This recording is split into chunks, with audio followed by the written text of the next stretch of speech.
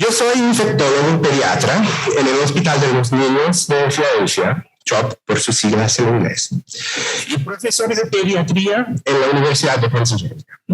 Mi trabajo de investigaciones es en el área de evolución bacterial, ecología y la propagación de resistencia a los antibióticos globalmente, especialmente en Latinoamérica.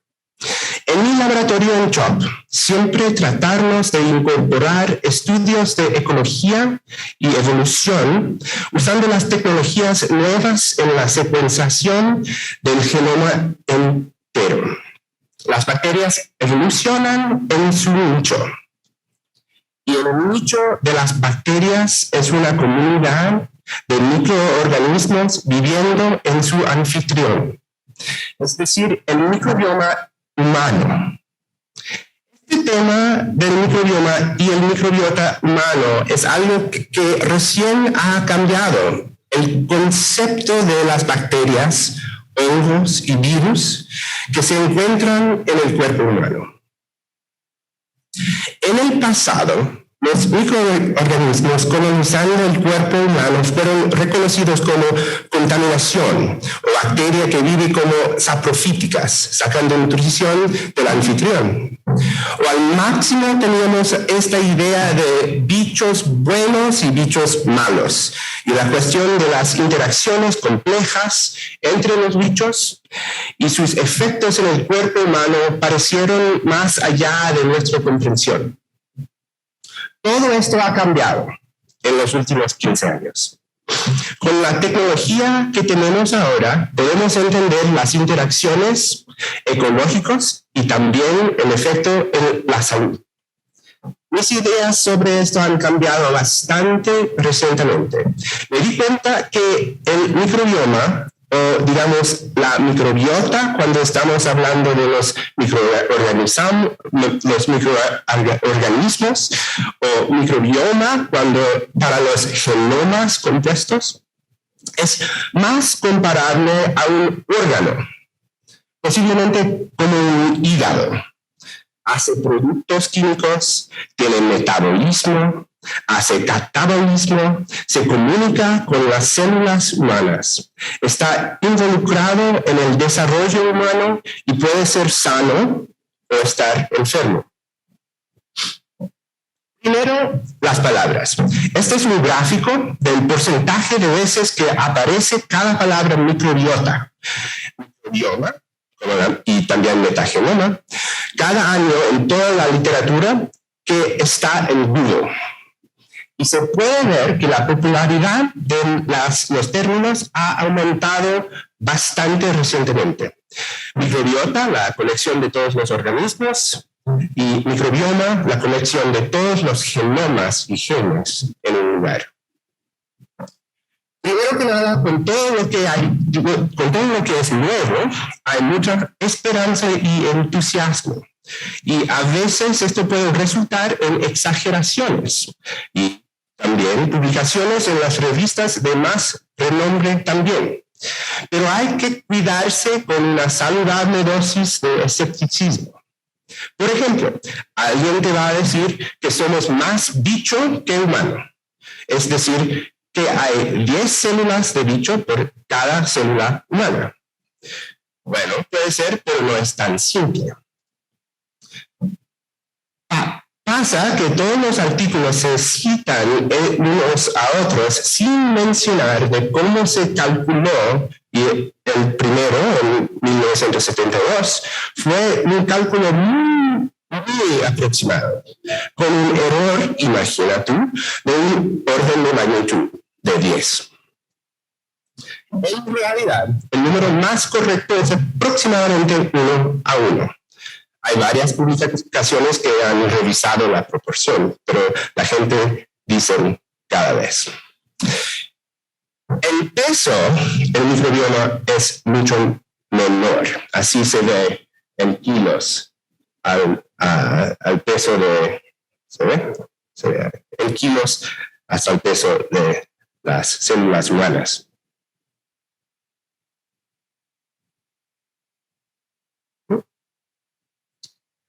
En la conclusión, de un artículo, los autores citaban esta frase. De hecho, los números de células son tan similares que cada evento de defecación puede cambiar la proporción a favor de las células humanas sobre la bacteria. Pero la proporción 1 a 1 o 10 al 13º a 10 al 13º es también impresionante. Es la verdad que eres más de lo que piensas. Hay 10 al 12º microbios por mililitro en el tracto intestinal. Las bacterias constituyen casi 50% de heces fecales por peso. Se estima que hay 400 a 600 especies de bacteria en el colon y en la boca. ¿Cómo es que podemos entender toda la complejidad de un sistema con más de 500 tipos de especies? La respuesta viene de la disciplina de ecología microbial, que fue desarrollada por gente como Norm Pace y David Relman. Ellos usaron esta molécula, el gen para 16S, digamos, parte del ribosoma, que está muy bien conservado en el nivel de los ácidos nucleicos. En algunas partes del gen es muy bien conservado y diferente en otros. Los lugares diferentes en la secuencia permiten la identificación de cada tipo de bacteria y los lugares iguales permiten que se pueden amplificar ADN sin cultivar y sin saber lo que está en el espécimen. Así puedes identificar todos los bichos que allí se encuentran. Al principio, usaron esta tecnología para detectar las comunidades de bacterias en lugares naturales, como termas de Yellowstone. Pero de repente alguien se da cuenta que se puede usar para diagnosis, cuando no sabes lo que está buscando. Fue David Relman en Stanford que identificó la causa de la enfermedad de Whipple usando esta tecnología. ¿Cómo lo hace? Hay que amplificar el gen 16S directamente de una comunidad, hacer una biblioteca de genes. Se pone una etiqueta molecular en cada pedazo de ADN y se pone todo en un instrumento. Hay varias marcas, pero la más común es ahora la Illumina, y salen los genes. Este instrumento puede leer todas las secuencias de los genes al mismo tiempo, grabando cada ácido nucleico como un distinto color de luz. Dentro del aparato se ve como así. Cada punto es un gen de 16S. Cada color es un ácido nucleico distinto. Y el instrumento hace un récord de la secuencia de colores para cada punto. Se ve así. Después de una ejecución, tiene millones a billones de secuencias de los 16S para cada bicho en la comunidad. Y puedes separar las secuencias y con una computadora identificar cada uno de su grupo taxonómico. Con esto se puede medir la cantidad de cada bicho en la comunidad. El instrumento de Illumina es del tamaño de una refrigeradora pequeña que se pone sobre una mesa. Ahora estamos usando un instrumento que se llama la MinION, que es el tamaño de un USB. En 2007, un proyecto muy grande, proyecto del microbioma humano, en los Estados Unidos empezó a explorar el microbioma utilizando esta tecnología. Y han tenido un resultado muy interesante. Primero, hay mucha variabilidad entre gente, pero hay más variabilidad entre cada parte del ser humano. Es decir, del punto de vista de los microbiota, la lengua de una persona es mucho más parecido a la lengua de otra persona que la nariz de la misma persona. Cada órgano que tiene microbiota tiene una comunidad diferente y más o menos estable. Todo esto lleva al concepto de disbiosis, que un microbiota desordenado, trastornado, sería igual que un hígado, un riñón trastornado. Entonces, disbiosis puede causar enfermedades. Y ahora tenemos muchos ejemplos de esto, especialmente en enfermedades crónicas. En el pulmón hay comunidades asociadas con el asma, enfermedad pulmonar obstructiva crónica, el fibrosis quística. Pero el intestino, el tracto digestivo, es el lugar más conectado con enfermedades. Y no solo son enfermedades intestinales. El microbiota está vinculado con trastornos en autoinmunidad, obesidad, diabetes tipo 1, sensibilidades alimentarias, cáncer colorectal, cáncer gástrico, cáncer de próstata, etcétera, etcétera, etcétera. Pero también sabemos que el microbiota cambia con la edad, la situación de la vida, exposición a antibióticos y sobre todo dieta. También estamos empezando a entender los mecanismos. Es claro que el microbioma funciona para educar al sistema de inmunidad, enseñando lo que es un bicho bueno y bicho malo. Igual que como el sistema de inmunidad, hay que entender lo que son las células del cuerpo humano para no causar autoinmunidad.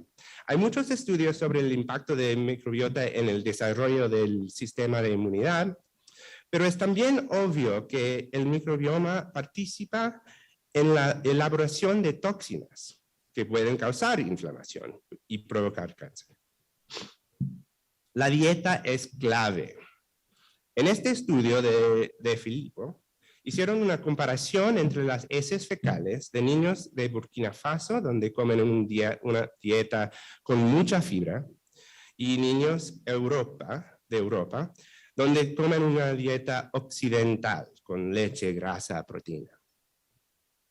Hay muchos cambios en el microbiota, pero en particular en la cantidad de bacteroidetes, como la genera Prevotella, que puede usar fibra como fuente de carbono, y los firmicutes como lactobacilos, que pueden utilizar lactosa. Un problema bastante grande con los estudios del microbioma y el concepto de disbiosis como causa de la enfermedad es el problema que huevo y gallina. En muchos ejemplos no sabemos si el microbioma está causando la enfermedad o si la enfermedad está causando los cambios del microbioma. Pero hay algunos ejemplos que dicen que muchas veces es el microbiota que está causando la enfermedad. Y lo primero es el efecto de antibióticos en el microbiota y el problema de C. difficile. Hay estudios que muestran que los antibióticos pueden tener un impacto de hasta 6 meses después de parar el curso de riesgo de infección con C. diff. También dura 6 meses. Un ejemplo de efectos off-target o fuera del objetivo. C. diff puede causar enfermedades desde diarrea, que no es más que una molestia, hasta colitis pseudomembranosa y toxicomegacolon. Nadie puede olvidar su primer caso de una muerte por C. diff. Es rápido y muchas veces inesperada. Infección con C. diff es un problema muy grande en los Estados Unidos, y imagino aquí también. Tiene un costo de casi 5,000 millones por año, 500,000 casos y alrededor de 30,000 muertes. Alrededor de 20% de infecciones están relacionados con antibióticos. Hasta el año 2000, la incidencia fue más o menos estable, pero después de propagación de cepas virulentas, causa un aumento tremendo en los Estados Unidos. Se puede tratar C. diff en muchas maneras, pero se puede tratar con antibióticos. Ahora estamos usando más y más vancomicina oral en la pediatría, pero la frecuencia de recurrencia es hasta 20% y después de la primera recurrencia es 60%.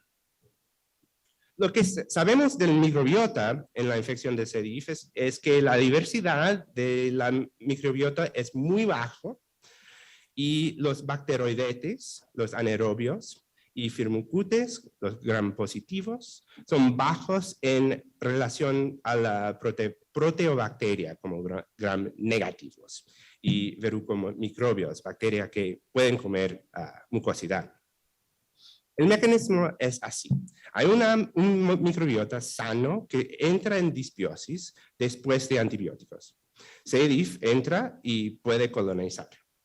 En este escenario es fácil entender por qué no están funcionando muy bien los antibióticos.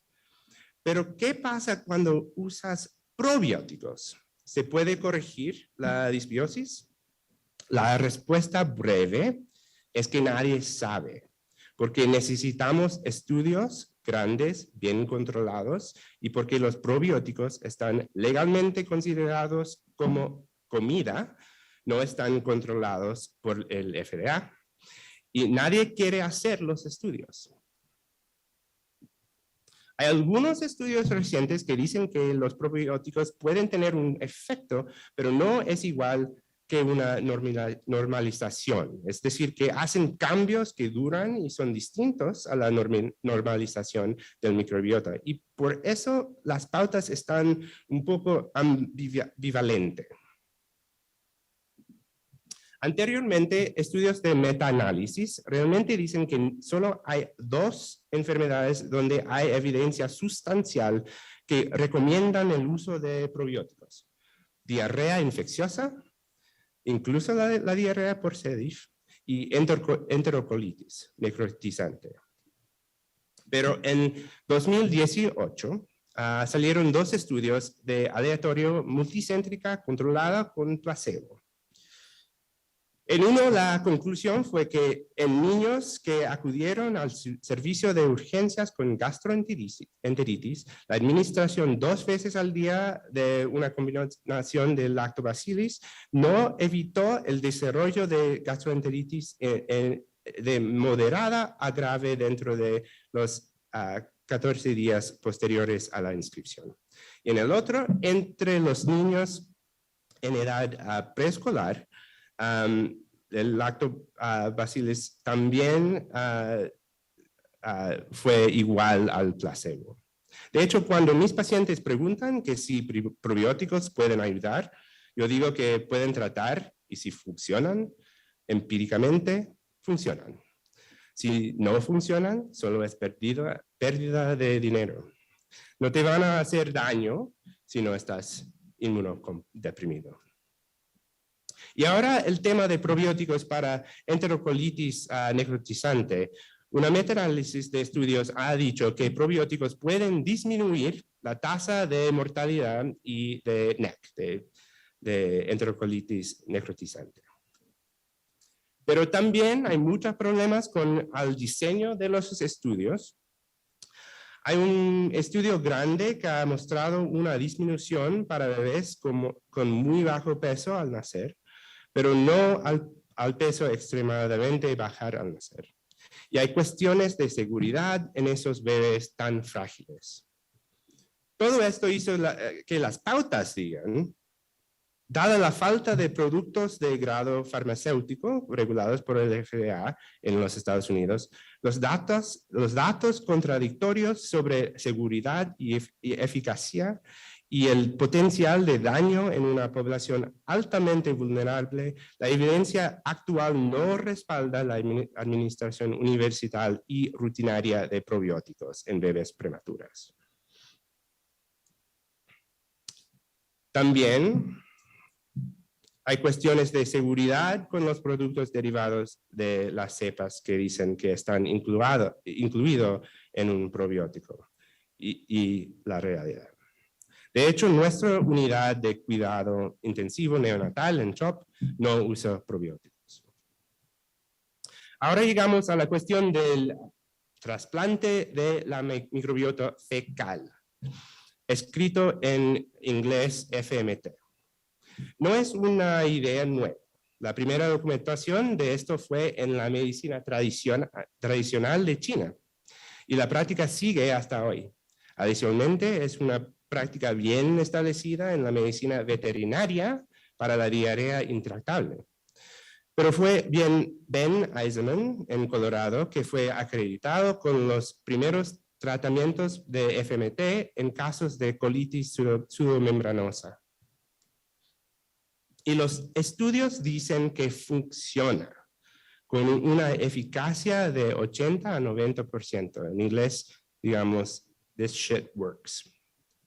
El estudio ITO es un estudio de control aleatorio en cual tuvo que parar porque FMT fue mucho más efectivo de vancomicina. Las pautas son más conservadoras, diciendo que reconocen FMT, pero todavía no es primera línea y no hay un consenso. También hay algunas inquietudes, más que el factor yuck. No sabemos si es seguro para la gente con inmunología debilitada. Hay enfermedades inflamatorias donde han observado un brote después de FMT y siempre hay el riesgo de infección. Hay una organización sin fines de lucro llamada OpenBiome que está tratando de poner a disposición heces fecal seguro de donantes conocidos. Están empezando a pensar en la salud global también. También tenemos que encontrar las mejores maneras de aplicar el FMT. Hay un estudio usando cápsulas congeladas, como popsicles, que fue muy promisorio, pero en otro estudio más grande no funcionaron muy bien. También han habido otros estudios que dicen que hay variabilidad en la eficacia. Las pautas del IDSA ahora dicen: considere el trasplante de microbiota fecal para pacientes pediátricos con recurrencias múltiples de C. diff después de tratamientos con antibióticos estándar. Pero es recomendación débil, evidencia de muy baja calidad. Y también hay que pensar en esta, que estás usando heces de un adulto en un niño y no sabemos lo que pasa con eso. En conclusión, FMT es un tratamiento, yo pienso, con un futuro brillante, pero tenemos que entender mejor los parámetros de eficacia. La otra manera de separar el huevo de la gallina es empezar sin microbiota. Y la tecnología de ratones sin gérmenes o con un microbiota absolutamente conocido, es notobiótico, es algo que hemos tenido desde los años 1960. Y ahora hay muchos grupos usando estos modelos, incluso en mi laboratorio, para analizar las causas de la enfermedad. Un ejemplo famoso es el estudio de Ridauro, en el cual hicieron un trasplante del microbiota de gemelos humanos que fueron discordantes en la obesidad en ratones libres de gérmenes. Los ratones que recibieron el microbiota asociada con la obesidad se pusieron gordos. Quiero mencionar un tema más. Pensamos que la exposición microbial tiene efectos en el desarrollo. Antibióticos tempranos en la vida, en la infancia, cambian el microbioma en el colon y aumentan la adiposidad en ratones. No estamos seguros en humanos. Además, exposición microbial durante la vida temprana tiene efectos en la función de células T y la inmunidad, que pueden causar o eliminar problemas con autoinmunidad más tarde. Es como si fuera una ventana de oportunidad para corregir problemas en esta edad. Más sencillos, sabemos que la forma del parto afecta el microbiota de los bebés. Los bebés nacidos por cesárea tienen un microbiota más parecido a la microbiota de la piel de la madre. Los que nacieron por la vagina tienen un microbiota más parecida al vaginal. Y más aún, hay estudios que dicen que se puede restaurar el microbiota de parto vaginal por transferencia del microbiota vaginal en una esponja, en la boca del bebé recién nacido. Una práctica que se llama siembra vaginal. El problema aquí es que no sabemos las consecuencias de hacer esto. No sabemos cuáles son los riesgos y no sabremos por décadas. Hay múltiples grupos pediátricos que han salido en contra de esto y por ahora yo estoy de acuerdo. Necesitamos más datos y seguimiento a largo plazo. Es mucho más importante evitar antibióticos innecesarios y amamantar. Al fin, quiero dirigirles o recomendarles un libro recién publicado, muy bien pensado y considerado y además entretenido en el tema de la microbioma. Y hay una traducción. Muchas gracias.